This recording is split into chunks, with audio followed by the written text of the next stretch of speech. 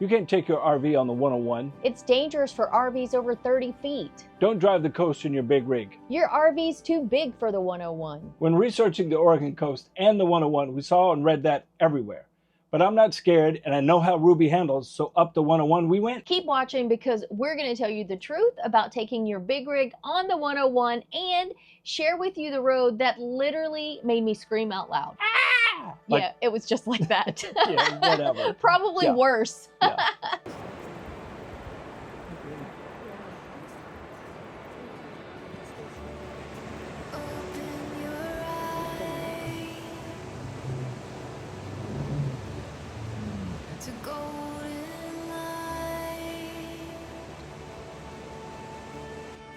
There's a world of wonder painted in the sky.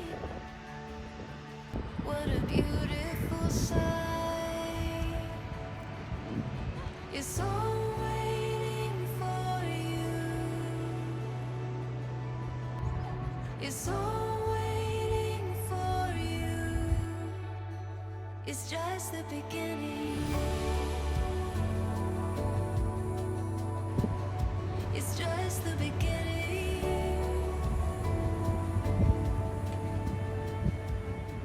The boats you saw coming up on the beach are called dory boats, and those fishing boats have been around for over 100 years. That is a long time. And to witness them firsthand, your eye just doesn't compute. It's like they shouldn't be just flying up on the beach like they did, but it was really cool to see them coming in. It is the only place left in Oregon that you can see the dory boats coming in and out. So it's pretty neat. And the dory men still go out and fish for salmon, crab, whatever else they can grab out there in those boats. But just to see them, I tell you, you have to visit the Pacific City to watch these boats come crashing on the beach. And from what I read, it's not as easy as it seems. The flat bottom boats really are tipsy as they go out, and they can I don't know if they would flip, but they definitely hit those waves and they can go everywhere. So those fishermen seriously have some sea legs when they're coming in and out of that place. But I think those flat bottom boats are designed to carry a lot of fish. Yes, a ton. A lot of catch of the day, if you will. Let's talk about that steep climb that we did up to the top of the sand dune, which was called what? That little easy hike we went up? Yeah. Cape Kiwanda Sand Dune. Yes, which I always hear that, and I think of fried green tomato. So if you guys know what I'm talking about, because Phil had no clue, let me know down in the comments if that sounds like something from the movie. Probably our first 10 feet up that dang sand dune, my calves were screaming. Well, it's only like 240 feet straight up. We were both on the struggle bus. But once you reach the top of Cape Kiwanda Sand Dune, that is the best spot to really look out and see the boats in the water coming into the beach. They're out fishing around, I don't know the name of that big rock that was out there, but you could see them all out there. But at the top of that, it's well worth the hike. Take your time. If you have to stop and rest 12 times like we did, go for it. And you might actually spot a whale off the coast. We did, and unfortunately our footage isn't as good as we thought it was, but you can see the spout as he's shooting water up out of the ocean. Yeah, I could see the whale while flying the drone, but just the glare off the water, it didn't grab it. But we knew it was there. I also think Phil was watching the screen and forgot to hit the record button at one point, which was when he was directly over the whale. Can't confirm nor deny that.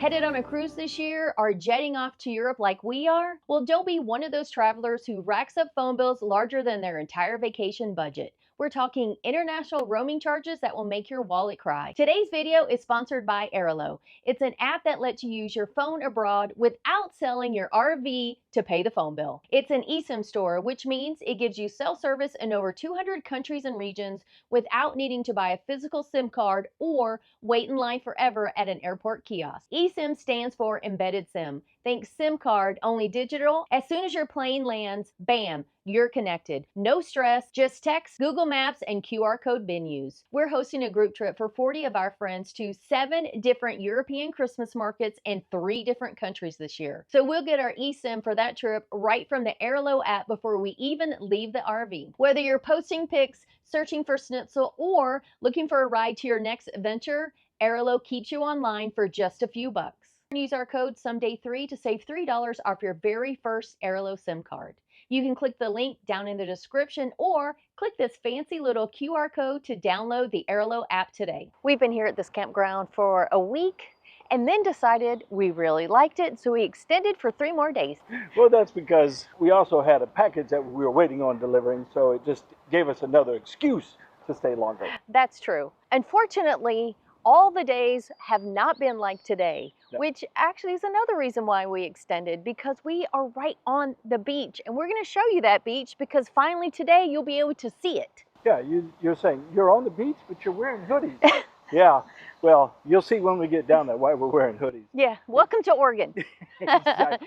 Now you're starting to get a little taste of our favorite parts of this campground. And we don't mean the wind either, although that has been a huge part of it. I feel like Jim Cantori right now, right before the big storm hits. It is not that bad. This is actually pretty typical. And right through there, can you see it, is actually a lighthouse. Yeah, right in there. Squint. This is the perfect place to get in some exercise, even on the colder, more foggy, yucky days, if you can handle the temps. Yeah, you just got to make it down to the hard-packed sand, and then you can go a couple of miles, I guess, each way. We've done that a few times. It's pretty nice. Honestly, this is one of my favorite parts about this campground is having this beach access. And most of the time we had it all to ourselves.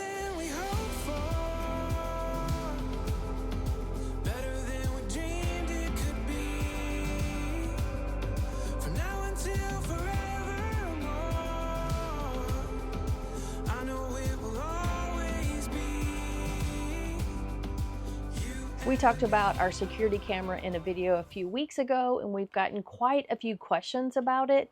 So we've been playing with it for a while, and Waggle did send it to us for free, but you know, Phil's opinion is Phil's opinion. So I'm going to let him take over since he is the security officer of the family. Well, not that you put me under the spotlight or anything, but I am out here playing with it and trying to see how well it works in the new spot that we're in. What I really like about it is it's got a very clear picture. It walks you through everything once you set it up. It's real easy to connect the camera to your phone. I do like the fact that you can talk through it. So if we weren't here and somebody was coming up to the door, I could, you know, hit the microphone and say, hey, what do you want? Get away, whatever. And then it'll notify you. It has the motion detection on it. So that works really well. We know because we left it on in the rig when we were traveling. And every time we moved, my phone got an alert saying a notification. The thing that's not working too well, and I think this is due to just location, is the cellular connection. So this is based on a cellular feed, and it does connect to cellular, which you will have to pay for. There is an annual subscription for that, much like if you had a home security system. Although this is not monitored, it's just the subscription is just so when you connect to the cellular, it pays for that connectivity. You can mount it like we did, it's a double-sided sticky tape adhesive disc that goes onto this metal piece. The bottom of the camera is magnetic, so you could take that and put it anywhere there's a metal surface. Ours is placed up high, and it was put up there so that it was kind of out of the way. People wouldn't really see it when they first walked up, and it wasn't that easy to snatch and take off or hit. So that does mean we can't leave our broom around anymore because somebody could just reach up there with the broom and take it. But you want to put it in a place, one, that you'll remember where it is, and two, that you want to keep it kind of inconspicuous and out of the way. It's worked out well up there. It shows the direct line of approach to the front door. I would like to continue playing with it. I want to put it somewhere else. I actually played with it under the slide one time, but because of the slide depth and field of view, I didn't get anybody walking up. All I got was their waist down to their feet. Well, that doesn't help me when I'm trying to identify somebody who came and messed with the rig. Oh, he had blue shoes on. Well, it's not going to work. So those are some things to consider when you're using it. And of course, you can use this on the inside if you really wanted some kind of interior security, or what it was designed for was pets. Originally. Yeah, and the last thing that I want to play with, and I haven't really messed with it that much, is the night view, the night recording. So it will record black and white at night. We would absolutely recommend Waggle for anyone looking to install a security system in their RV. Let us know if you guys have a security system while you're traveling around, what you found and what you're using. Drop it down in the comments. We'd love to know. Peace of mind while you're traveling is key.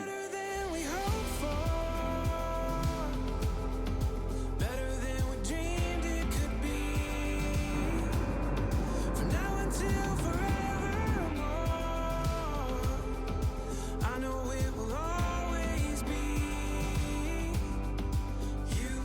The first thing you need to know about the 101 is, yes, you can do it. We saw a ton of 45-foot motorhomes, tag axles. We saw triple axle fifth Big wheels rigs. Of every size going Yeah. up and down the 101.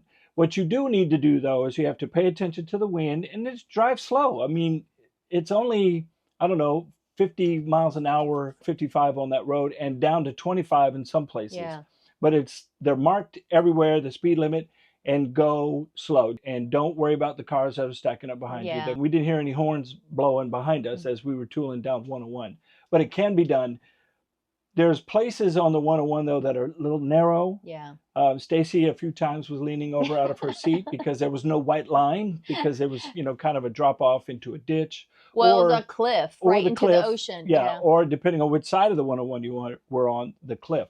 And there's not really any side rails, so it literally is a drop off. So that can be a little unnerving. And again, I have to emphasize the wind. Know the wind. It's constant on the 101 just about. So just know that, when you're in the trees, it might feel like, oh, this is a nice drive. And then when you get out of the trees and the coast is right there, nothing stopping the wind, it's going to smack you. Don't be scared to go on the 101, because we literally saw a YouTube video with people we actually knew who said if you're driving anything more than 30 feet, it's dangerous to be on the 101. And that is so not the case. Yeah. In some areas, they take turns going to 2 lanes. So there's a passing lane. So if you have 15, 20 cars behind you, go ahead, swallow your pride, pull off into the pull off, and let those cars go by, and then you carry on your merry way. Well, if you're driving on the same side as the pull offs, don't try to kill yourself to switch lanes. Yeah, don't cross traffic. But there is one road that was like 10 times scarier than the 101, where literally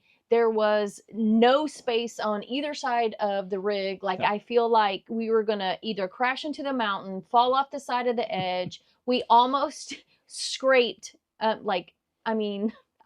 was a guardrail. I know. And I literally screamed because it scared the crap out of me. And the Garmin had taken us over from I-5 via the 38 to 101. So if you see that and your hour size are bigger, I do not recommend that road. There are other options to get over to the 101. Yeah.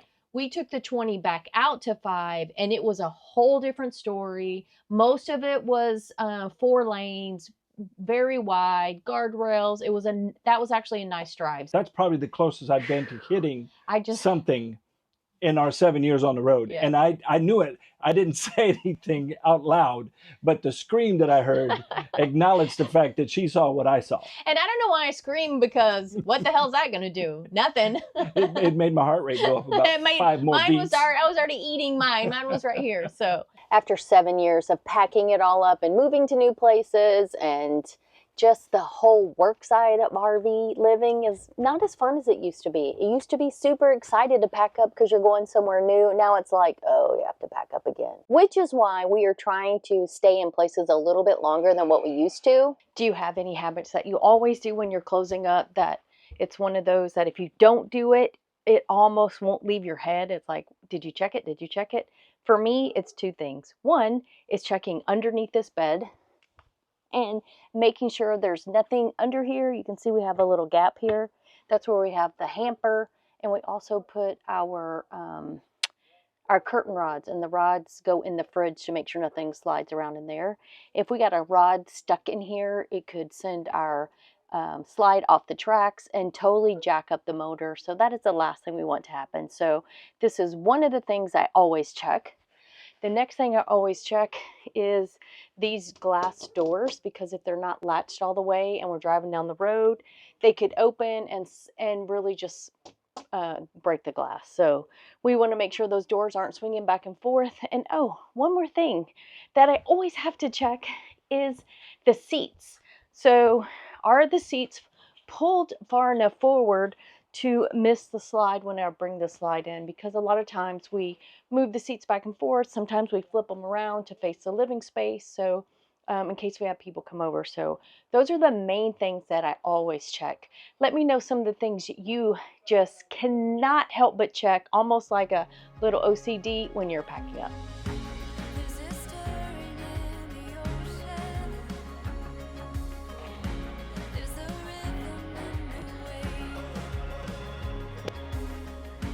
It's a calling deep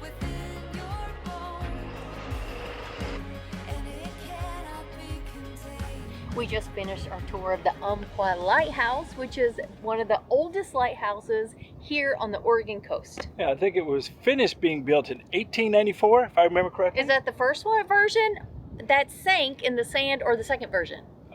Second version. So definitely, if you come through here, hop on in, take a tour of the lighthouse. Not only is it a fascinating history of the lighthouse, but a little bit of history about the Coast Guard, because the lighthouse is actually owned by the Coast Guard, and right behind us is actually Coast Guard housing. So they are still here, they are still working, Yeah. they are still patrolling, and they have a lookout out on the coast. So it was really interesting. 58 steps from the bottom floor to the top up there, and I'm going to pan it down just a little bit. There it is. There it is. See if I remember this Oh, correctly. Phil's trying to remember a little history. It has 614 individually cut pieces of glass. Is that it? I have no idea. Oh, she doesn't even know, so I could have made up a number. Oh, yeah. I'm going to fact check, so Yeah. just hold on. There you go. Our tour at the Umpqua Lighthouse was given by a camp host. She said they're always looking for other camp hosts. So if you're interested in doing something like that along the Oregon coast up there at the Umpqua Lighthouse, give them a look. Umpqua Lighthouse has an identical twin just down the road a bit, and her name is the Heceta Head Lighthouse. The hike up to the lighthouse is beautiful, and it's totally worth the walk. However, tours are very limited, and when you do get in, you can only hit up the ground floor. So hike up to the Heceta for the views, but go to Umpqua for the tour and to see the famous red glass.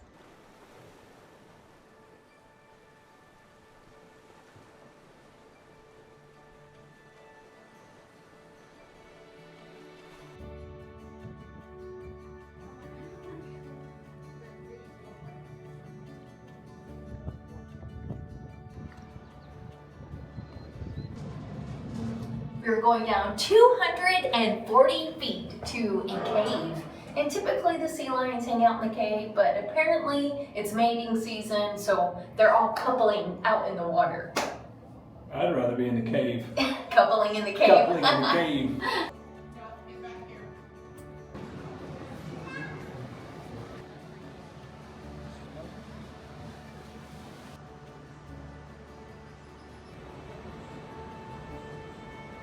So here's what you need to know. If you walk in and she says it's mating season and there's not really any in the cave, turn around and leave. Yeah. It won't be worth your 18 bucks. No, The cave is cool, but not 18 bucks cool. there was nothing in the cave but waves and Splashing. a couple birds. That was it. So, But if you come here at the right time of the year, that cave will be completely packed with sea lions. And I hear it's a little smelly when it is, but Yeah. it's worth going down for. So, you know, just inquire before you purchase your ticket. yeah, she Oh, hooked us when she said, they've been coming in and out all day. Now, they're not while we were there. So the other thing you need to know is the hill going down to the elevator is extremely steep. And while going down isn't a big deal, coming up could be hard for some people.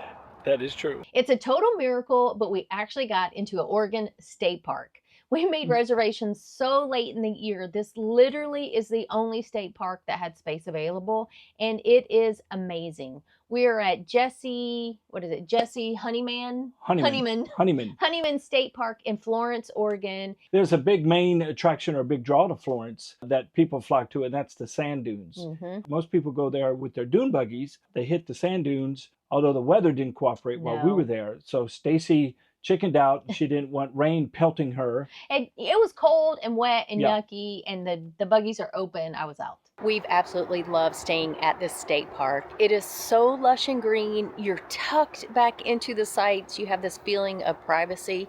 And the cool thing is, if you reserve your site early enough, you could probably get full hookups, unlike us. Our site came with electric and water only, but there are plenty of trails to hike on. I love the trails here. They actually were challenging with rolling hills. There's a lake if you want to rent paddle boards or kayaks.